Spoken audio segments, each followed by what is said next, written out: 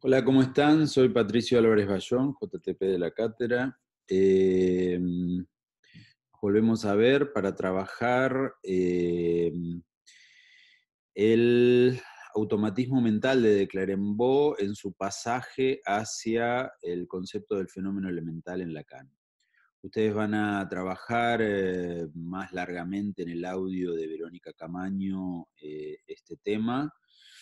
y van a ver específicamente el tema del fenómeno elemental en Lacan en el video de Mariano López, pero acá vamos a centrarnos en este pasaje específico desde el automatismo mental de Clerembault hacia el fenómeno elemental de Lacan. La bibliografía que vamos a utilizar va a ser eh, el texto Psicosis basadas en el automatismo de Clerembault, que es de 1925. El texto de nuestro querido Roberto Mazzuca, anterior titular de esta cátedra, que se llama Fenómenos Elementales, y voy a tomar referencias de los capítulos del seminario 3, 1, 5, 14 y 20, que ustedes después van a desplegar bien cada uno de esos capítulos. El tema del automatismo mental es producto del trabajo y del estudio de Clerembault en relación a un momento de la psicosis que es el tiempo anterior al desencadenamiento franco de la psicosis, donde lo que se produce en la psicosis son las alucinaciones y los delirios. Bueno, de Clerembault estudia la forma mínima de lo que él llama el automatismo mental, con la cual, con esa forma mínima, se producen luego en un tiempo siguiente, un tiempo más complejo, las alucinaciones y los delirios, pero de Clerembault está estudiando el tiempo anterior, que justamente es lo que Lacan después, en su diacronía de la psicosis, va a llamar la fase de la prepsicosis. El automatismo mental se presenta a la percepción de una forma automática, es decir, uno lo registra como algo no producido conscientemente ni voluntariamente, no hay una intencionalidad, sino que se produce al modo de un acontecimiento que de Clerembault describe como mecánico, justamente porque de Clerembault es un organicista extremo. De Clerembault tiene un poco la posición de que la psiquiatría debe subsumirse a la neurología, porque básicamente todo lo que pasa a nivel del psiquismo depende de causas orgánicas. Entonces lo que de Clerembault planteaba es que los, los automatismos mentales justamente son fenómenos automáticos producidos por alteraciones del sistema nervioso, ya sea lesiones, causas tóxicas, enfermedades, que producen como una especie de cortocircuito a nivel del sistema nervioso, que produce como consecuencia la presencia de estos automatismos como fenómeno mecánico, no buscado por el sujeto. Y este automatismo tiene tres características, vamos a verla en un PowerPoint, tres características que son las siguientes. Es anideico, es decir, no implica la ideación, los pensamientos. Es asensorial, no pertenece a los sentidos, sí pertenece a la sensación interior del cuerpo, a la senestesia, a las sensaciones de los órganos, y es neutro, es decir, no tiene ninguna tonalidad afectiva, ni de alegría, ni de tristeza, ni de positivo, ni negativo. Estas tres características se presentan bajo la forma mínima del automatismo.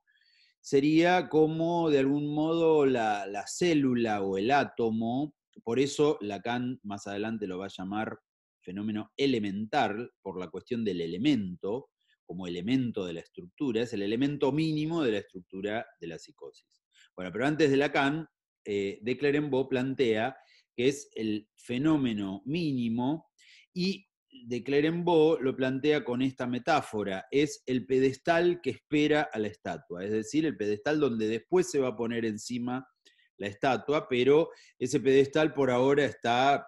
vacío, esperando a que venga en un tiempo ulterior la estatua, que sería la alucinación y el delirio.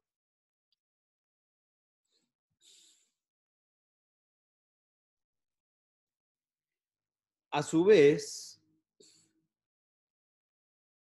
el fenómeno elemental se produce en tres áreas, que no hay que confundir con las tres características que dijimos antes, en tres áreas en el sentido de dónde se produce a nivel de la subjetividad. Se produce en el área motriz, es decir, el área de los movimientos del cuerpo, de la kinestesia. Se produce en el área sensitiva, es decir, no sensorial. Lo sensorial serían los cinco sentidos, lo sensitivo es la sensación interior del cuerpo, o sea, el ámbito senestésico. En la forma compleja que después veremos, que es lo que se llama el gran automatismo, que después lo veremos, también puede incluir a los cinco sentidos, pero en la forma mínima es el ámbito senestésico. Y finalmente, la tercera área es el área de lo ideoverbal, que básicamente es el pensamiento, y que en la forma compleja del gran automatismo también puede incluir ideas, palabras, voces, ya veremos. Vamos a dar ejemplos clínicos que de Clerembault sitúa para esas tres áreas. Ejemplos clínicos en el sentido de cómo ocurren. En el área motora o motriz se producen movimientos involuntarios, se le imponen al sujeto movimientos involuntarios repetitivos al modo de gestos o tics, pero justamente a diferencia de un tic, que un sujeto puede saber que lo está haciendo semi voluntariamente, acá es algo impuesto, involuntario. En la forma más compleja de los fenómenos motores están las fugas y vagabundeos, en las cuales el sujeto se va, se va a pasear, pero también como algo impuesto, como un fenómeno de un movimiento involuntario, pero más complejo. En el área sensitiva, como decíamos, las sensaciones senestésicas, por ejemplo, sensaciones de frío en el interior del cuerpo, de calor, de sensaciones de cosas que se mueven en el cuerpo, algo que va de arriba hacia abajo, en el estómago, en la espalda o en las piernas, etc. Y por último, el área de lo ideoverbal, que son los fenómenos más habituales del automatismo mental, que más se ven en la psicosis, que son el eco de pensamiento, cuando uno piensa un pensamiento, pero se produce como una especie de eco, como si fuera un pensamiento en estéreo, la anticipación de pensamientos, antes de tener el pensamiento ya tengo la sensación que lo estoy teniendo, el comentario de actos al modo de ahora va a prepararse un mate, ahora se va a levantar, ahora va a... Y el devaneo de recuerdos en el sentido de que se le presentan al sujeto recuerdos que van pasando de unos a otros, pero nuevamente con esta característica de la sensación de lo impuesto. Bien, decíamos que de Clerembault le daba estas tres características de lo anideico, sensorial y neutro, y en un texto que es posterior a este, de 10 años después, de Clerembault diferencia la forma mínima de este automatismo de la forma más compleja del automatismo, diferencia dos etapas, que Lacan las va a llamar a esas dos etapas la prepsicosis y la psicosis, pero de Clerembault diferencia dos etapas del automatismo que llama el pequeño automatismo y el gran automatismo. El pequeño automatismo decíamos que tiene estas tres características de lo anideico, asensorial y neutro, o sea, no hay ideación, no hay cinco sentidos, no hay afectos. Y el gran automatismo tiene la característica que a lo anideico, asensorial y neutro se le agrega la ideación, y cuando se le agrega la ideación, de este modo, con las ideas, se construyen los delirios. Los delirios pueden ser de persecución, de posesión, los delirios erotomaníacos, los celotípicos, los de grandeza, es decir, todos los delirios que se presentan son producto de la ideación agregada al pequeño automatismo. O bien puede presentarse para el sujeto a lo anideico, sensorial y neutro, se le pueden agregar lo sensorial, los 5 sentidos, y entonces construir con eso las alucinaciones. Las alucinaciones de los 5 sentidos pueden ser auditivas, visuales, olfativas, gustativas, táctiles. Dentro de las auditivas que son las más frecuentes, han sido estudiadas como las alucinaciones auditivas propiamente dichas, que son las voces que un sujeto escucha, o también las que fueron descritas por Baillager, otro psiquiatra, que describía las alucinaciones psíquicas o las alucinaciones verbales, en las cuales se presenta como un pensamiento que es difícil distinguir si es una voz audible o un pensamiento, por eso las llama alucinaciones psíquicas. Y las alucinaciones de Seglas, otro psiquiatra que describió las alucinaciones psicomotrices, en las cuales se encontraba a los pacientes haciendo un movimiento con su garganta, como si fuera un movimiento de ventrílocuo, donde decían, por ejemplo, matate, pero sin mover los labios, como si fuera un ventrílocuo, pero no reconocían que ellos mismos lo estaban diciendo, entonces escuchaban la voz matate. Bien, entonces, decíamos, a lo anideico, a sensorial y neutro se le puede agregar la ideación produciendo delirio, se le puede agregar los 5 sentidos produciendo alucinaciones, o se le puede agregar los afectos, y de este modo tendremos los afectos propios de la psicosis, el afecto de la persecución en la paranoia, el afecto amoroso de la erotomanía, el afecto de celos de la celotipia, el de alegría de la manía, el de tristeza de la melancolía, o los afectos de la fragmentación corporal propios de la esquizofrenia. Todos estos agregados se pueden producir juntos o separados, o sea, puede haber un pequeño automatismo anideico, sensorial y neutro al que se le agrega el delirio solo, por ejemplo en el caso de la paranoia, al que se le agrega solo la alucinación, como en el caso de la esquizofrenia, o se le puede agregar la alucinación más el delirio, como en el caso de la esquizofrenia paranoide, o se puede agregar solo los afectos, sin delirios ni alucinaciones, como suele ocurrir en la psicosis maníaco-depresiva. Bien, entonces, de Clerembault estudia la diferencia entre el pequeño automatismo y el gran automatismo,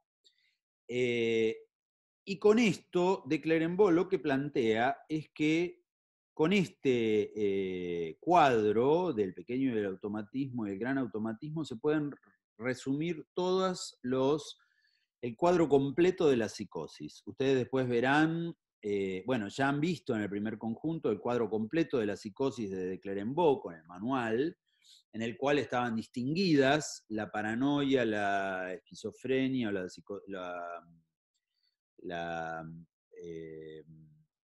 y la psicosis maníaco-depresiva, digamos, los 3 cuadros, la paranoia, la demencia precoz de Kraepelin o esquizofrenia de Bleuler, y la psicosis maníaco-depresiva. Bueno, lo que de Clerembault plantea es que todas esas psicosis se pueden explicar a partir de esta división entre el pequeño automatismo y el gran automatismo. Bien, hasta acá entonces lo que plantea de Clerembault, que ustedes van a ver más desarrollado en la clase de Verónica Camaño, pero vamos a ver el pasaje que hace Lacan tomando esta división entre el pequeño automatismo y el gran automatismo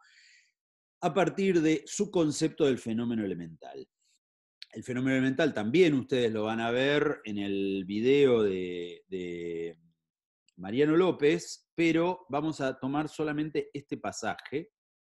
con el dibujito del pedestal aislado, porque ese pedestal pone en juego, el pedestal que espera la estatua, pone en juego el pequeño automatismo de Clerenbaugh, que decíamos, ya lo dijimos 20 veces, que es anideico, asensorial y neutro, pero justamente Lacan lo toma a este pequeño automatismo para describir lo que él ubica, lo que él llama fenómeno elemental, que es justamente lo pequeño es el elemento, es como la célula, el átomo de la psicosis, que es la presencia de un significante solo, un significante no encadenado, es decir, desencadenado justamente, un significante que se presenta para el sujeto como efecto de un mecanismo que ustedes van a trabajar muy pormenorizadamente, que es el mecanismo de la forclusión. El mecanismo de la forclusión produce que el significante forcluido retorne como lo que Lacan llama el significante en lo real. Ese significante que fue forcluido por ese mecanismo de la forclusión retorna solo, aislado, como significante en lo real, es decir, no es un significante simbólico que puede combinarse con los otros significantes, produciendo una cadena significante, sino que se presenta solo, aislado, como significante en lo real. Y Lacan, en uno de los capítulos del seminario 3, lo define como un significante en cuanto tal no significa nada, o sea, es un significante fuera de sentido, y justamente como no significa nada, no tiene ni ideación, no es ideico, ni está ubicado en el cuerpo como forma de la sensorialidad, no se puede ubicar en ninguno de los 5 sentidos, y es neutro afectivamente, es decir, un sujeto puede, como decía de Clerenbaugh, puede convivir con ese significante aislado sin registrarlo, sin que todavía ese significante